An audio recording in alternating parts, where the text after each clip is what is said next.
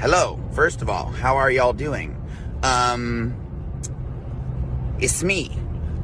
Look, if y'all want to die, I suggest just yourselves with your own guns. Okay? Okay, so for real, where did they go wrong with the DCEU? The attempt by Warner Brothers to replicate the Marvel cinematic formula has led to critical dud after dud, and the most successful DC content so far, like Batman and the Joker, has existed almost entirely outside their main cinematic universe. With the concurrent successful standalone universes of Matt Reeves' Batman and Todd Phillips' Joker running parallel to the mainline Justice League universe, it makes it unclear where they plan to go with their new alleged 10-year plan. I was really hoping that Warner Brothers was telling the truth about actually having a plan, because one of the biggest problems with the DCEU so far was how rushed and unplanned it felt.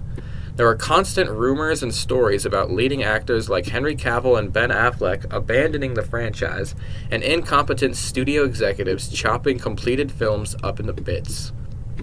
However, it seems that DC is just still so incredibly prone to misfortune and very questionable decisions, with one entirely completed film being scrapped and another one up in the air because of one particular sociopathic leading man.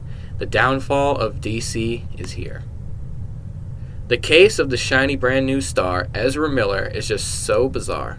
Miller was set to be the face of DC's new era after prominent actors Ben Affleck and Henry Cavill were rumored to be leaving.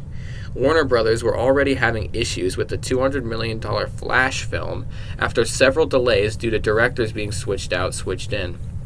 After several months of production, including reshoots, the film was shot. However, now that it was finally finished, Warner Brothers has to face a PR disaster that is unlike any theatrical release in recent history. Across a wide period of time, Ezra Miller was spotted and accused of partaking in some truly wild behavior. In April 2020, a video surfaced of Miller interacting with a female fan, where Miller put their hands around her neck. This was just the beginning of Miller's rampage.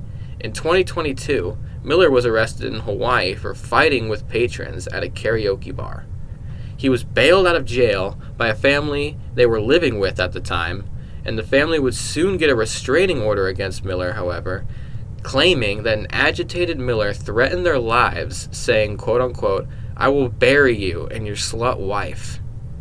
A few months later, Miller would be arrested again for throwing a chair at a woman's head.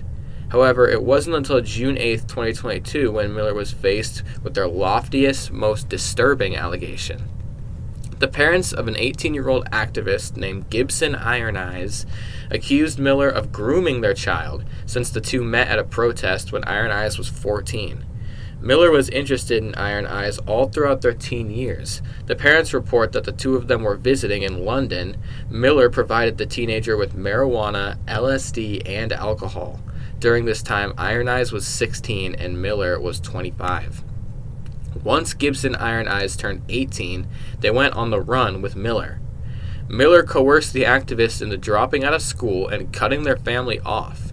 But that's not all. In the same month the grooming accusation came out, an investigation revealed that Miller had a 25-year-old single mother and her children living in a farmhouse that he owned in the state of Vermont.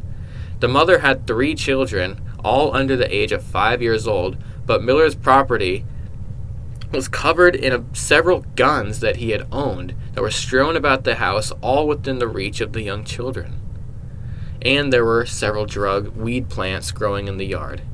Later that year, Miller would again be arrested for breaking into a Vermont home and robbing the house of a few bottles of liquor.